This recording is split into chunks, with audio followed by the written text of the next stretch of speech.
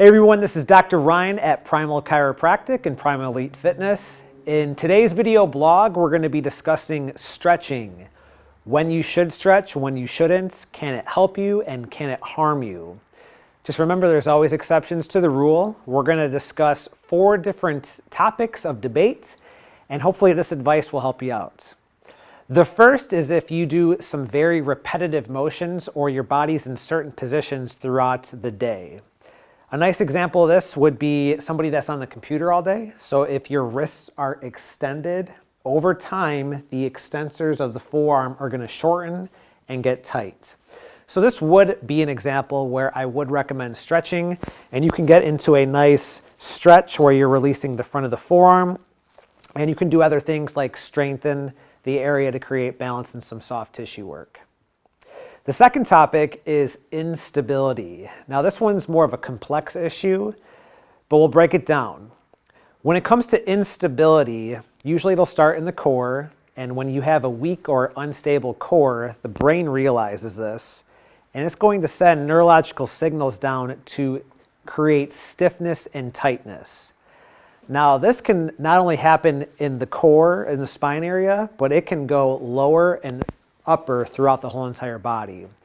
So let's say your core instability or weakness creates a stiff hip. A lot of times people's first reaction is, I have to stretch wherever I'm tight.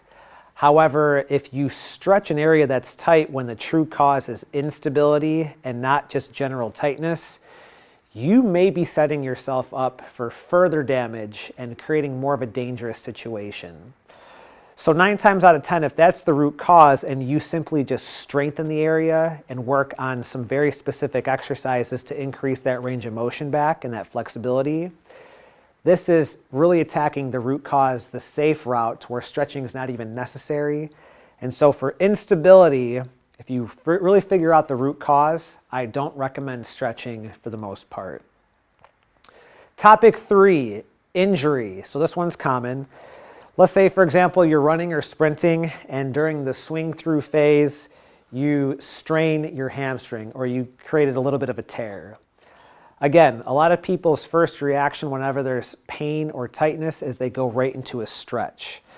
Now, one of the problems with this is if you don't allow it to heal first and you stretch it, when you think about stretching a damaged area, you're going to create more micro tear or more strain, and it's going to make things worse. So once we allow it to heal, there might be a little bit of fibrotic tissue or scar tissue.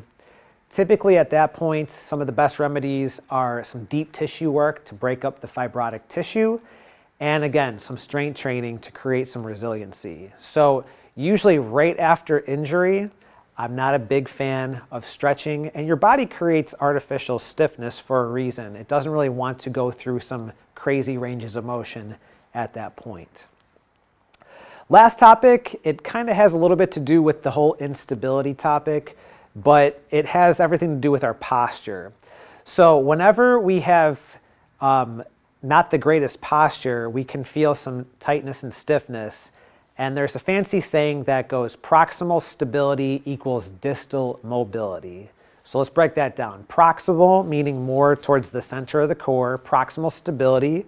So core stability, if you have this, it will equal distal mobility. Distal means just away from the core and range of motion. So that has a lot to do with the instability topic we talked about.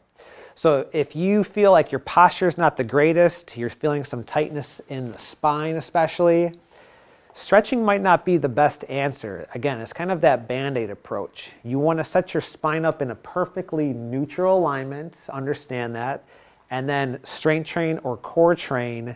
Again, the brain really likes that, and it will almost always release that tension or that stiffness. So hopefully this will help you answer the question, should I stretch or not? If you have any additional questions, please let us know. Thank you.